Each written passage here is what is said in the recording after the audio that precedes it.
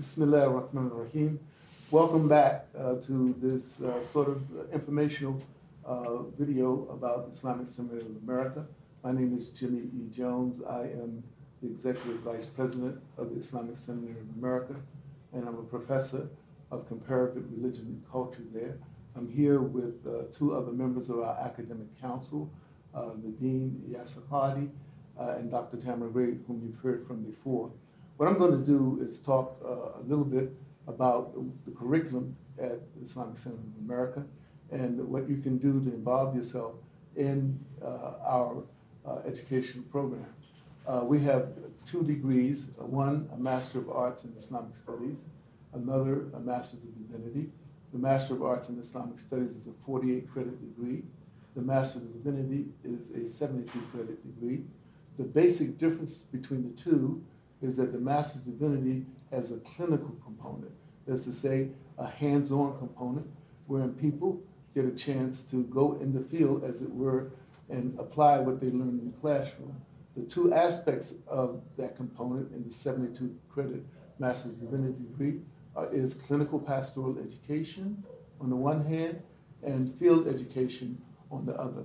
And clinical pastoral education, often done in the hospital, but not always, is done under the auspices of an organization known as ACPE, and our students have the opportunity to participate in that. It's a structured situation where you learn pastoral care, as obvious from the title. The field placement is like field placements at other institutions. You have to do 400 hours, just like you have to do 400 hours of clinical pastoral education. You have to do 400 hours of field placement with the supervisor in the field, either at an Islamic center or a nonprofit, or doing work under an entity that's about the kind of work that you want to do. So as I said, there are 2 degrees. There's a 72-credit degree, there's a 48-credit degree. So that's how they're different.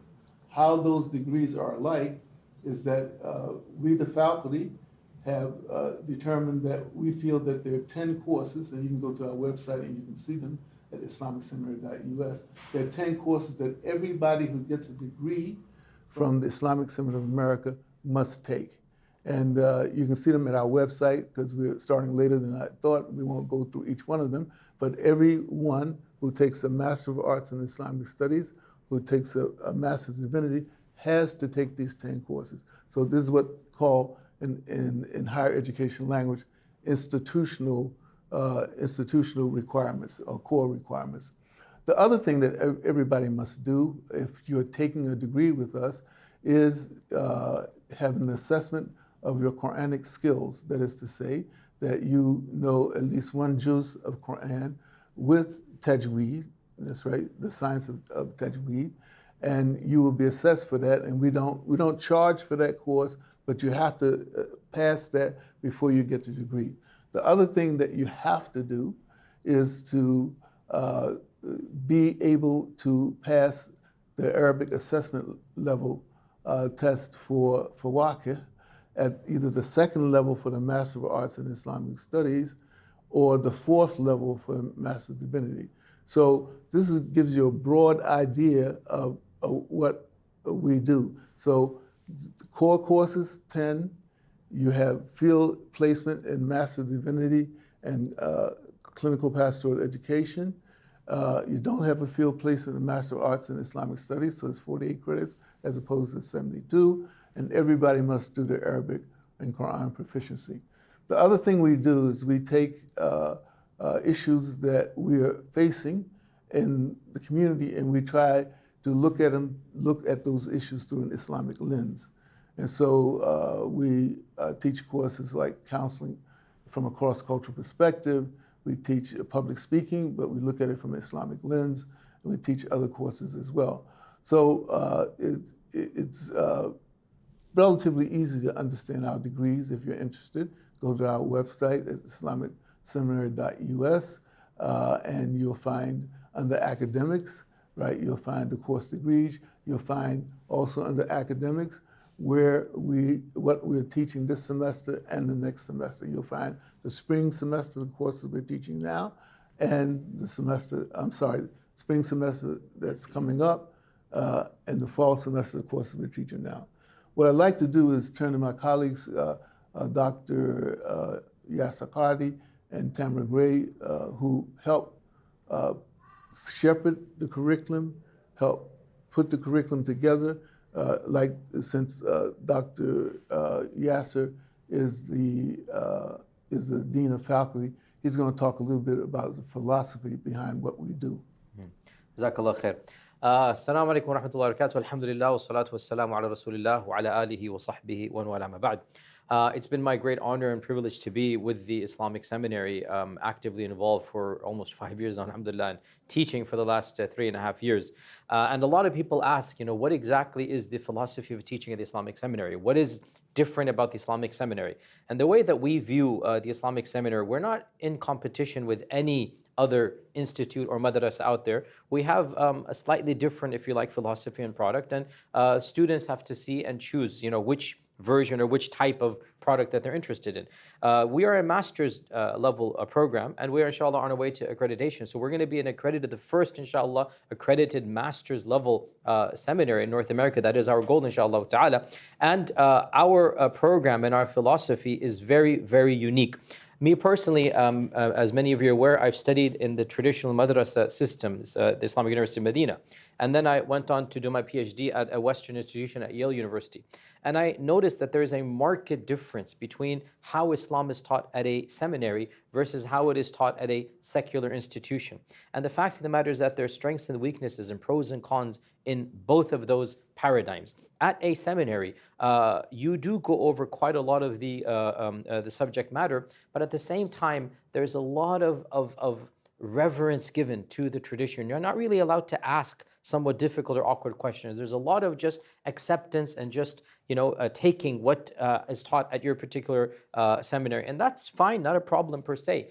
But see, given the Western world we live in, given the dynamics of our own youth, the way that they're trained in broader society, they're trained to ask, they're trained to probe, they're trained to ask really awkward questions.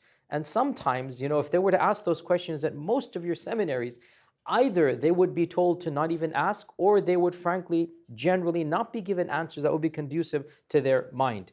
On the flip side, if you were to go to the Western training of Islam, there's absolutely no reverence to the tradition whatsoever. Frankly, there's no reverence to even, the Quran and Allah Azza wa Jalla and the Prophet Sallallahu Alaihi Wasallam. And obviously, that's not something that, a Muslim would appreciate. So we firmly believe that there is a niche, there is a place for what we are offering, and that is, quite frankly, a bridge between the best that the East and the best that the West has to offer. What we do, we call ourselves, our tagline is believing academics, really.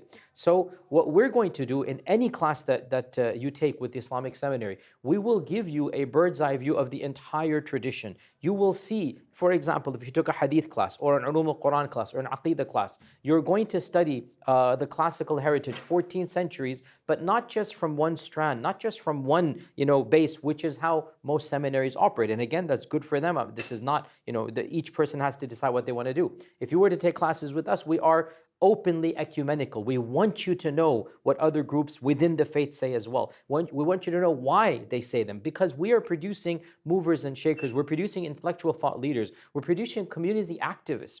Our goal is not to be a trained cleric in one tradition. Our goal is to benefit the ummah. Our goal is to find people that can build bridges between different communities. In order to be a mover and shaker, a thought leader, in order to build bridges, you're going to have to understand why different communities think the way they do. You're going to have to understand why, different segments of our society are preaching and teaching and believing and acting in ways different than other segments. And in order to build those bridges, you're going to have to genuinely empathize with each of those strands, even if you yourself in your own life might choose one of them. That's what the Islamic Seminary is going to give you. It's going to give you a critical set of tools to analyze, to empathize, to look at the bird's eye view about why things are happening, about why things are the way that they are. And inshallah ta'ala contextualize in order that you can be a community builder, in order that you can be a mover and shaker, a leader, inshallah ta'ala, in whatever field that you choose. And even if you choose to not go into, public leadership or whatnot, even in your personal life,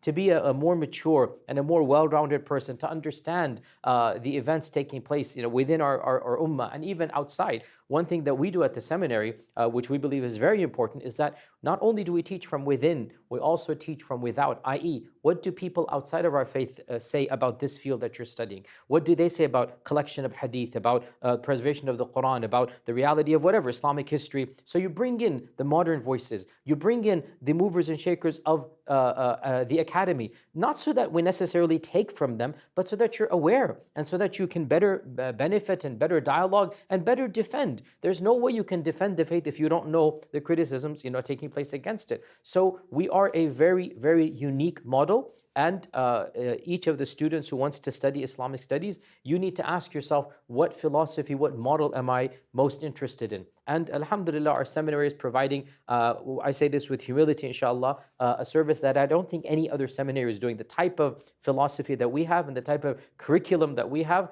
I don't think anybody else would be doing exactly what we're doing. And inshallah, we wish the best and make dua for all people preaching and teaching Islam. We genuinely ask Allah Azza wa Jalla to bless the ummah through all of the diverse scholars and people out there. And it is up to you which institute and which seminary you think is what your own need is. And we have our product. Take a look at it. Take a look at our websites. Listen to some of the lectures that I do as well.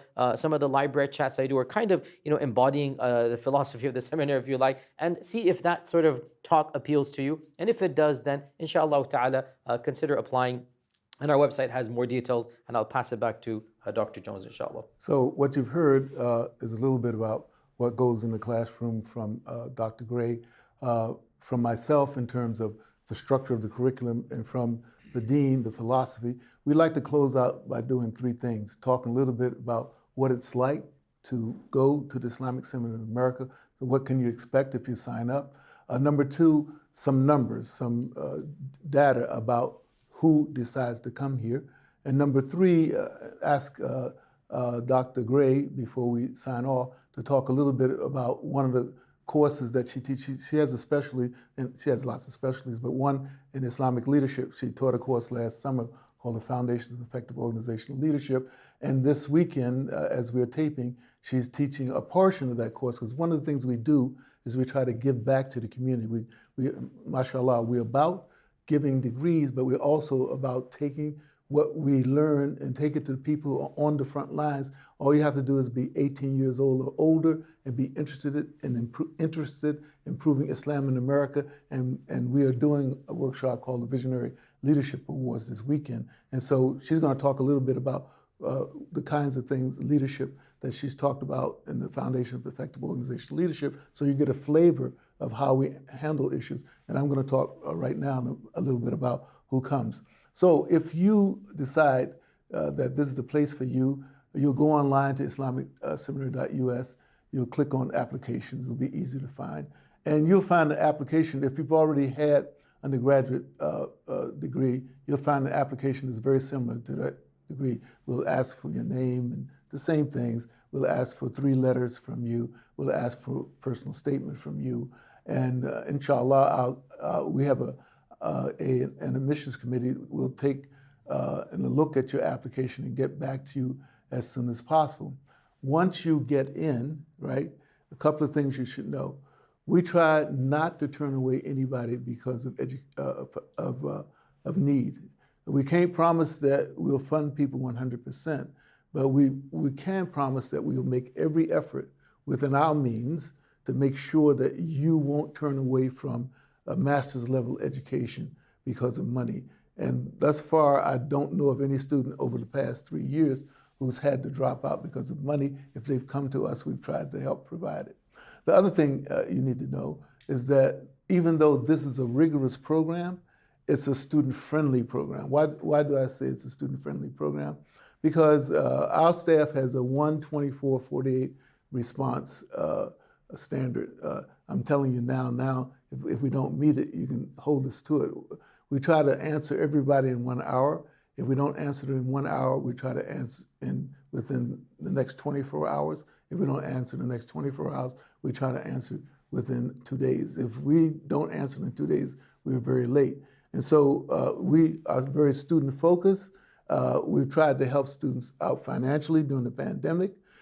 We've just added a couple of student fellows who focus on areas that we think will be helpful to students. One is a writing fellow, because we find that at almost every institution I've gone to, including Ivy League, people have needed help with writing at the graduate level.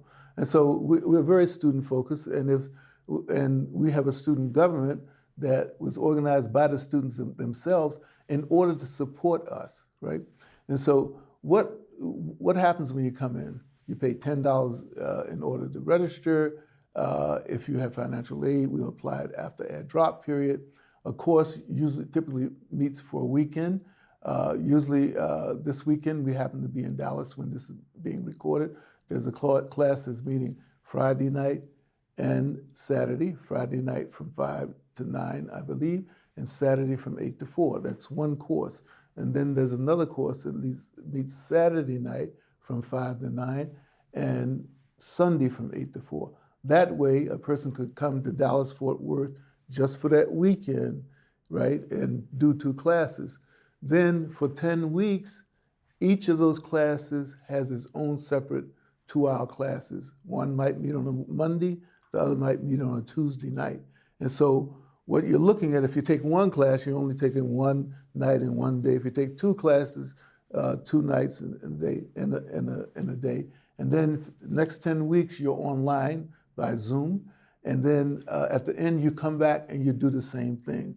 That's the normal structure of our classes. That was before COVID. You'll find when you go to our website, you'll see that we have some classes that meet intensively. We have some classes that meet only on the first weekend. We've just gone away from that because of the COVID situation. Inshallah, by no later than the fall of 23, we'll be back to our regular status. So that's what it looks like, and expect rigor. Expect that the courses will be religiously rooted. They'll be contextually relevant. In other words, the courses, no matter what's being taught, will be within the context of where we live and what we're about, and they will be intellectually rigorous. You will be working hard if you're at the Islamic Seminary of America. Let's talk about some numbers. So we've admitted about 360 students. I'm not sure that number, it's less than 400. About 60% have been male, 40% female, okay? And we've taught 29 classes. There's an amazing data point that I always like to talk about that tells you something about our students and what we're about. First of all, you should realize that 40% of our students have a master's or above when they come to us. They have a master's in something, and a couple are medical doctors, for instance. And so they know graduate school education when they see it. But if you look at the 29 classes that we taught up until last semester, that's how many classes we taught since August of 2019. What you'll find is that when we did the evaluation of those classes, we find that amongst all of those faculty members, we're not the only faculty members, we're the people, the 3 of us are the people who teach most frequently, but there are many other faculty members, of which about 40% are female and 60% are male. Amongst those faculty members, no one of those faculty members got below 80% on any item on their evaluation. I want you to think about it. Those who know about evaluation of teachers, this is phenomenal. Again, no one got, if you go 4 out of 5, below a 4 on anything. That includes us, includes the visiting faculty, and anybody that's taught for us the past 2 years. This is amazing, and this is student feedback. This is student feedback. This is not something produced by us. And so what we're telling you is that this is an education as a dean that's unique in the world. This is an education that students take to, even if they've already got a master's someplace else. And this is an education that is about being relevant to where you are and what you're about. So we're going to have Dr. Gray talk a little bit about how we teach about leadership as an example of the kind of thing we do in the classroom, and then we'll come back and have some closing comments. Yeah, Bismillah ar-Rahman ar-Rahim. So, Assalamu alaikum, everyone. I am back. The the class that we do for this program that Dr. Jones is talking about is really interesting. And I sort of would like to underline a little bit about why I'm talking about leadership there. My background, after studying for 20 years in Damascus, before that, I have a master's degree in curriculum theory and instruction. So I've sort of sandwiched my own learning between a strong foundation in educational, how to build a program and how to teach a program. Then I spent 20 years studying Islamic studies in Damascus. Then I came back and I got a doctorate in leadership. And that was a really interesting thing to do coming from those places that I was coming from. So when I was invited to teach this class, I was really excited about it. And also we were coming right out of the COVID crisis. So we were all thinking about, how do we lead in crisis? How do we lead following in the footsteps of Rasulullah sallallahu alaihi wasallam with the modern crises that we're facing? And so that is part, at least, of the program that we built. My particular class had a lot to do with crisis communication.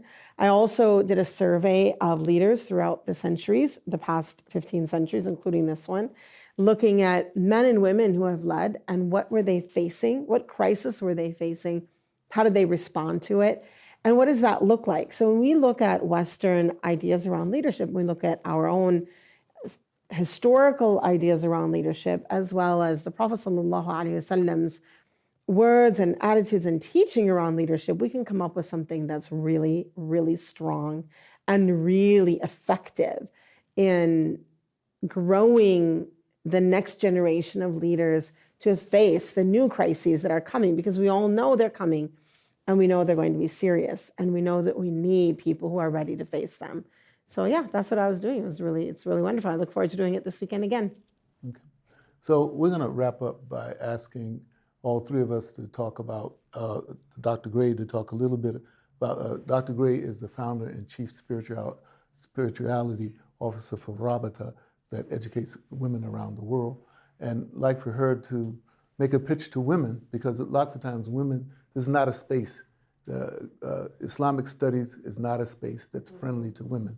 And make a pitch to women about why they should come here. I asked Dr. Yasser, who graduated from a very traditional took degrees from a very traditional Islamic institution. Why would a traditional person what would be your pitch for them? I myself am a convert, like Dr. Gray, to Islam. And why don't I start off by talking about why I think people who are, quote, converts or reverts to Islam should think about coming to the Islamic Seminary of America. So I think converts or reverts should think about coming to Islamic Seminary of America simply because it is very American, right? And it's very Muslim.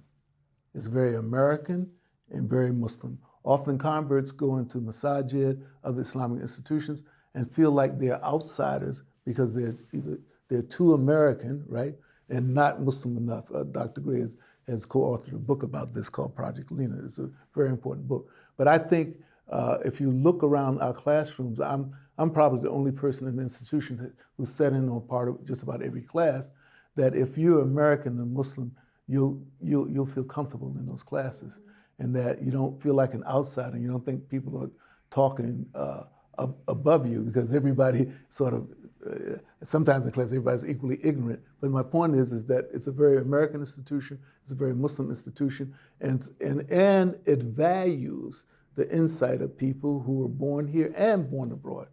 It doesn't value one or the other because you were born abroad, you're smarter, or because you were born here, you were smarter. But it values you'll see both in our classrooms.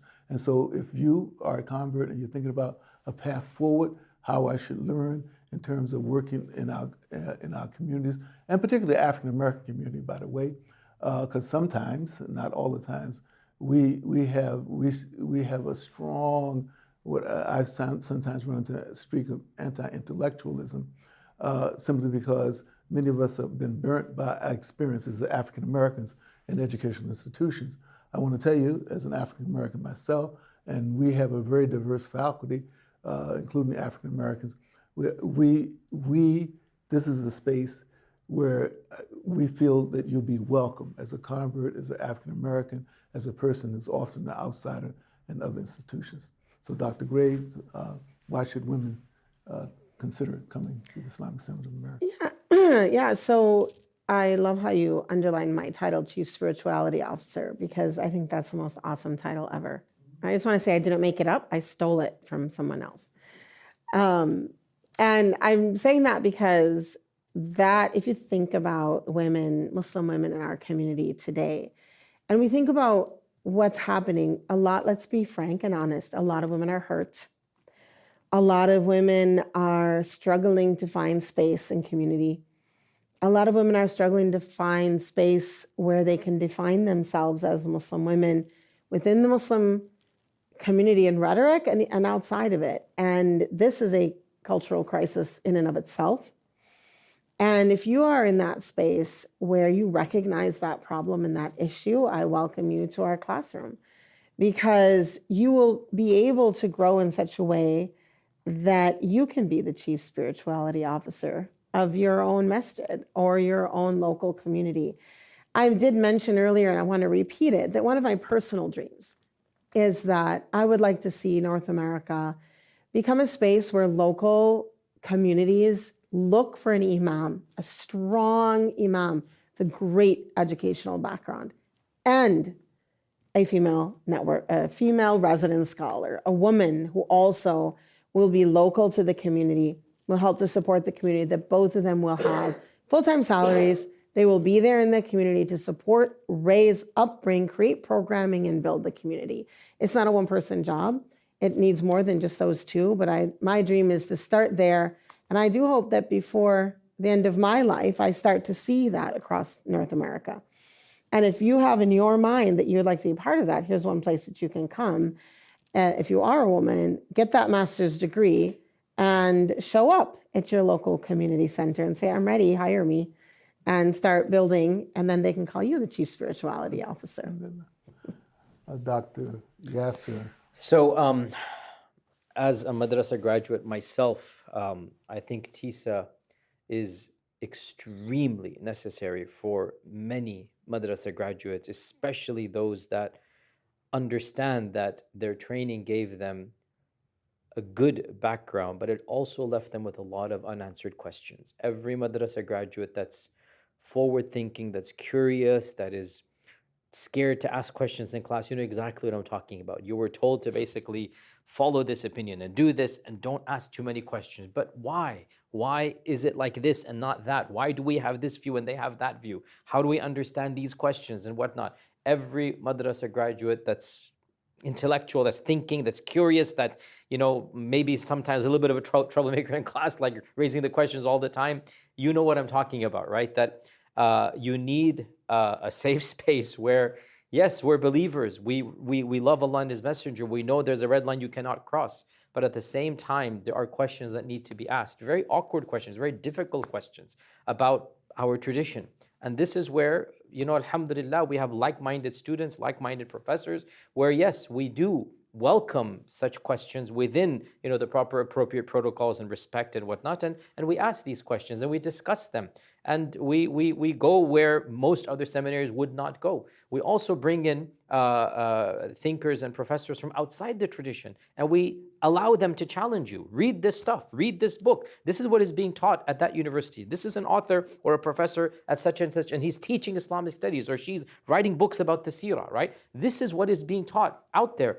If you're not able to answer, then who's going to answer it? So we bring in some really, really difficult questions and topics, and we allow our students to engage with each other and with the professors. And alhamdulillah, you know, we've had hundreds of students. You can, you know, see their testimonies and whatnot. Alhamdulillah, I think that our product and our philosophy speaks for itself. By and large, yes, we might allow some really difficult questions. You might be shaken a little bit from what you were taught, but you're going to come out with a stronger understanding of Islam. You're going to come out after a little bit of jostling and shoving, you're going to come out all the better for it. You're going to come out with a firmer understanding and greater confidence in the validity of our faith and our tradition. And that's really what TISA is all about. I call myself, this is how I describe myself, as a forward-thinking traditionalist. That's what I call myself. Yes, we love the tradition. We wouldn't be here without the tradition. But in the end of the day, Allah didn't reveal the tradition. He revealed the Quran, He sent the Prophet. And that's really our sources. So we're attached to the tradition, but we have to push the tradition forward forward into modernity.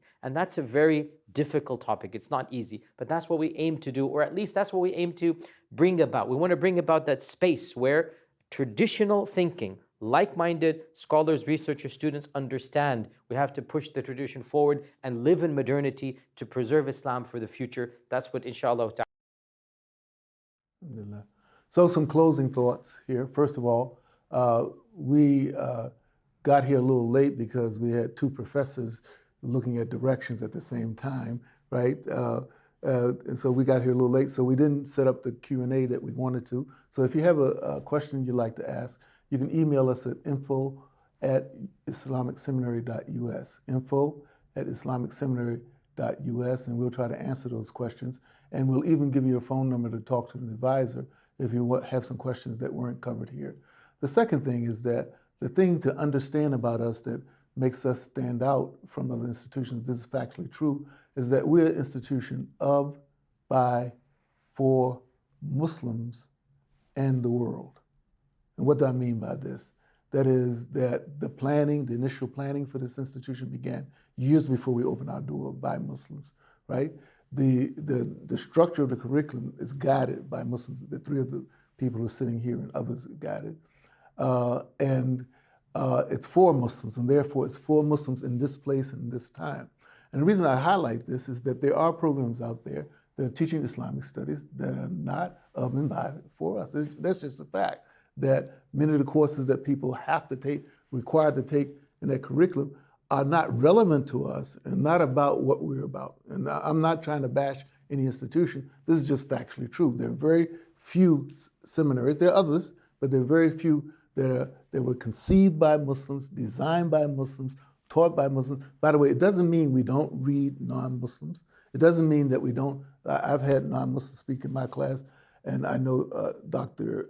Yasser has as well. And so it doesn't mean we exclude them. The point is that as in the past, we have a great intellectual tradition that we want to focus on because we've been underrepresented in the higher education canon. So we're of, by, and for Muslims. So if you're thinking about going to graduate school, take a look at who's giving the degree and who's in charge of the curriculum, right?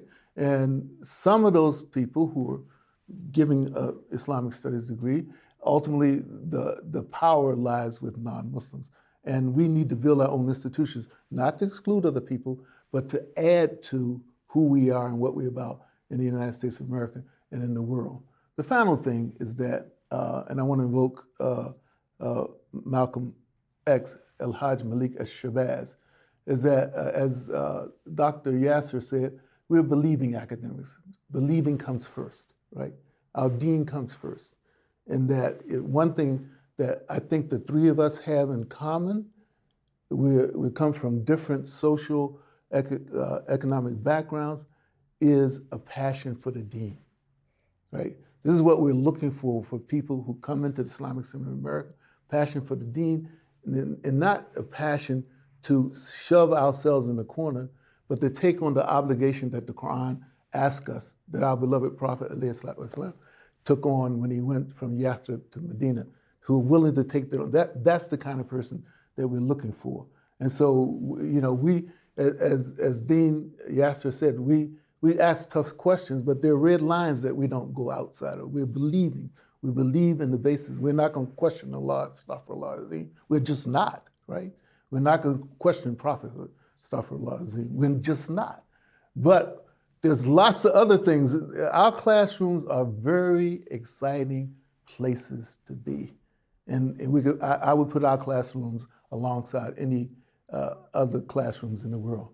And so I want to close by quoting El-Hajj Malik Shabazz for two reasons. One, he was a lifelong learner, right? If you read his autobiography of Malcolm X, and we're about education here. And number two, he had a passion for justice. And that's what TISA is about. He said, I'm for truth, no matter who speaks it. I'm for justice, no matter who's for or against. I'm a human being first and foremost, and as such, I'm for whomever and whatever benefits humanity as a whole. Thank you so much for tuning in, and we hope that we'll hear from you at info@islamicseminary.us. We hope this has been beneficial And may Allah Ta'ala bless us all in this life and hereafter. Ameen. Ameen. Jazakum Allah khair. Alhamdulillah. Assalamu Assalamu alaikum. alaikum wa rahmatullahi wa barakatuh.